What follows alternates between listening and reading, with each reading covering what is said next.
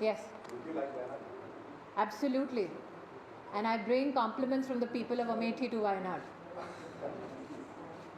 If the party assigned to Congress in the upcoming election. I'm not Rahul Gandhi. I don't run from Amethi. Thank you. Atal Bihari Vajpayee ji ने शायद ये कहा था कि भारत कोई भूमि का टुकड़ा नहीं है, एक जीता जागता राष्ट्र पुरुष है। अटल जी ने कहा था कि ये वंदन की धरती है, अभिनंदन की धरती है, ये अर्पण की भूमि है, ये तर्पण की भूमि है। इसकी नदी नदी हमारे लिए गंगा है, इसका कंकड़ कंकड़ हमारे लिए शंकर है। हम जिएंगे तो इस भारत के लिए और मरेंगे तो इस भारत के लिए, और मरने के बाद भी गंगा जल में बहती हुई हमारी अस्थियों को कोई कान लगाकर सुनेगा तो एक ही आवाज आएगी, भारत माता की जय। അമേഠിയിൽ നിന്നും ആരംഭിക്കുന്ന 3 വാക്കുകളുടെ കഥ. പാർലമെന്റ്, അധികാരം, സേവനം. ഒരു എം പി ഉണ്ടായിരുന്നു. അമേഠിയിൽ നിന്നും തുടർച്ചയായി തിരഞ്ഞെടുക്കപ്പെട്ട ഒരാൾ. എന്നാൽ അമേഠിയുടെ വികസനത്തെക്കാൾ അധികാരമായിരുന്നു അയാൾക്ക് പ്രധാനം. വാഗ്ദാനങ്ങൾ അനങ്ങാപ്പാറയായി നിലകൊണ്ടു. അമേഠിയുടെ മുറ്റത്തയാൾ സങ്കടത്തിന്റെയും വേദനയുടെയും മുള്ളുകൾ മാത്രം വിതച്ചു. പതിറ്റാണ്ടുകൾ പിന്നിട്ടിട്ടും ഇവിടെ നല്ല റോഡുകൾ പാകിയില്ല. പാവപ്പെട്ടവന് നല്ലൊരു കൂര ഉണ്ടാക്കി കൊടുത്തില്ല. വ്യാവസായികമായി യാതൊരു അഭിവൃദ്ധിയും ഉണ്ടായില്ല. നല്ലൊരു ആരോഗ്യ സംവിധാനം ഉണ്ടാക്കിയെടുക്കാൻ കഴിഞ്ഞില്ല. വലിയ വലിയ പദ്ധതികൾ ഇവിടെ കടലാസുകളിൽ മാത്രം അവശേഷിച്ചു. യഥാർത്ഥ വികസനത്തിനായി ജനം കൊതിച്ചു. ജനങ്ങൾക്കുള്ള വീടുകൾ പോയിട്ട് വികസനം നടപ്പിലാക്കേണ്ട സർക്കാരിന് സ്വന്തമായി ഓഫീസുകൾ പോലും ഇല്ലായിരുന്നു. വിദേശത്ത് പോയി ഹോളിഡേ ചിലവഴിക്കാൻ പ്രസിദ്ധനായ ഇവിടുത്തെ യുവ എം പിക്ക് അദ്ദേഹത്തിന്റെ മണ്ഡലത്തിൽ ഒരു പാസ്പോർട്ട് ഓഫീസ് പോലും ഇല്ലായിരുന്നു. പിന്നീട് 2014 അമേഠിയിൽ നിന്ന് സേവനം ആരംഭിച്ചു.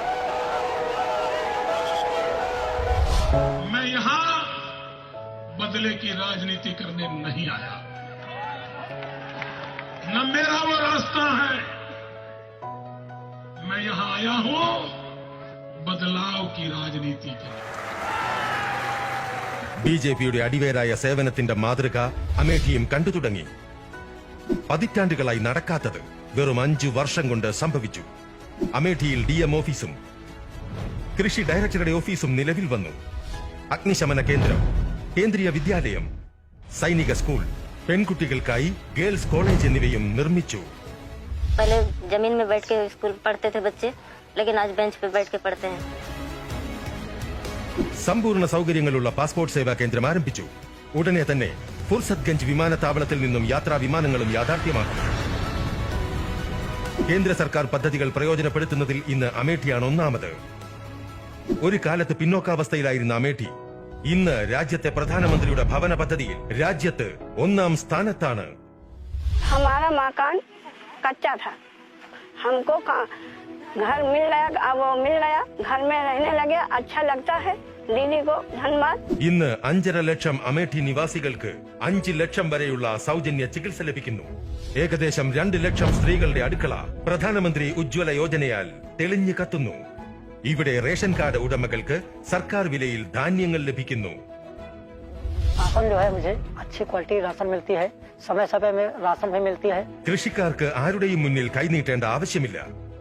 5.5 ലക്ഷം കർഷകരുടെ ബാങ്ക് അക്കൗണ്ടിലേക്ക് പ്രതിവർഷം 6000 രൂപ സഹായധനമായി അക്കൗണ്ടിൽ നേരിട്ടെത്തുന്നു.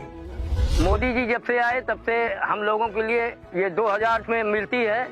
ഇന്ന് അമേഠിയിൽ മണ്ണ് പരിശോധന കേന്ദ്രം, കൃഷി വിജ്ഞാന കേന്ദ്രം, ടെക്നോളജി ഡിസമിനേഷൻ സെന്റർ, വിത്ത് ശേഖരണ കേന്ദ്രങ്ങളും സ്ഥാപിച്ചു കഴിഞ്ഞു. അമേഠിയിൽ നല്ല വിളവുകൾ ഉണ്ടാവുക മാത്രമല്ല, AK-203 റൈഫിളുകളും ഇവിടെ നിർമ്മിക്കപ്പെടുന്നു. മാത്രമല്ല, രാജ്യത്തിന്റെ അഭിമാനമായി ഡിഫൻസ് കോറിഡോറുകളും നിർമ്മിച്ചു വരുന്നു. വർഷങ്ങളായി മുടങ്ങിക്കിടന്ന അമേഠി ഊഞ്ചഹാർ റെയിൽ ലൈൻ പദ്ധതിയുടെ പ്രവർത്തനവും വേഗത്തിലായി. അമേഠി വ്യാപാര പൂർവാചൽ എക്സ്പ്രസ് വേയിലൂടെ ലക്നൌവിലേക്ക് നേരിട്ട് ബന്ധിപ്പിച്ചിരിക്കുന്നു. ഈ സേവനത്തിലൂടെ റായ്ബറേലി അയോധ്യ വരെ 104 കിലോമീറ്റർ നീളമുള്ള ഹൈവേയുടെ നിർമ്മാണം സാധ്യമായി. റെയിൽവേ സ്റ്റേഷനുകൾ, റോഡുകൾ, മേൽപ്പാലങ്ങൾ എന്നിവ ദ്രുതഗതിയിൽ നവീകരിക്കുകയും നിർമ്മിക്കുകയും ചെയ്യുന്നു. ഒപ്പം തന്നെ പുരാതന വൈദ്യുത നിലയങ്ങളുടെ നവീകരണവും നടക്കുന്നു. रोडों में लाइट, गलियों में लाइट, रात में बेझिझक निकलते हैं हम लोग, डरते नहीं हैं। और पहले अंधेरा छाया रहता था, डर लगता था, और बारिश में निकलने में दिक्कत होती थी, बाहर कैसे निकले, पानी पानी हो रहा है, लेकिन रोड अच्छे से बन गया है. ഈ നല്ല റോഡുകൾ, ഈ സ്കൂളുകൾ, ഈ കോളേജുകൾ, ഈ പ്രത്യേക ആശുപത്രികൾ, ഈ ട്രോമ സെന്ററുകൾ, ഹീമോഡയാലിസിസ് യൂണിറ്റുകൾ, 4550 ലിറ്റർ ശേഷിയുള്ള ഒന്നിലധികം ഓക്സിജൻ വിതരണ പ്ലാന്റുകൾ സ്ഥാപിക്കൽ, കോവിഡ് കാലത്ത് പ്രതിദിനം 400 ഓക്സിജൻ സിലിണ്ടറുകൾ റീഫിൽ ചെയ്യൽ, ഡോക്ടർമാരുടെ ടെലിമെഡിസിൻ കൺസൾട്ടൻസി, ആത്മനിർഭർ അമേഠിയുടെ കഥ പറയുന്നു. ഇന്നത്തെ അമേഠി ക്യാബിനറ്റ് മന്ത്രിയും എംപിയുമായ സ്മൃതി ഇറാനിയുടെ അശ്രാന്ത പരിശ്രമത്തിന്റെ നേർസാക്ഷ്യമാണ്. ഇതും വ്യക്തമാണ്. സേവന മനോഭാവത്തോടെ ഏതാനും വർഷങ്ങൾക്കുള്ളിൽ 15 ബില്യൺ രൂപയുടെ പദ്ധതി വികസന പ്രവർത്തനങ്ങൾ ഇവിടെ നടത്തി എന്നത് കേന്ദ്രത്തിൽ മോദിജി അധികാരത്തിൽ വന്നതിന് ശേഷം ജനങ്ങൾ കണ്ടു. അത്രയും സൗകര്യങ്ങൾ കൊണ്ട്, അതേ സാമഗ്രികൾ കൊണ്ട് രാജ്യത്തിന് എത്രത്തോളം വികസനമുണ്ടാകുമെന്ന്.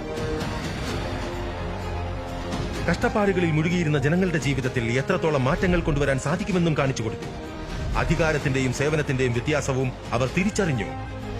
പ്രധാനമന്ത്രി നരേന്ദ്രമോദിയുടെ നേതൃത്വത്തിലുള്ള BJP സർക്കാർ സബ്കാ സാത്ത് സബ്കാ വികാസ് എന്ന മന്ത്രം മനസ്സിലേറ്റിക്കൊണ്ട് നാടിന്റെയും വയനാടിന്റെയും വികസന ശൃംഖല നിർമ്മിച്ചുകൊണ്ടേയിരിക്കും. ജയ് ഹിന്ദ്.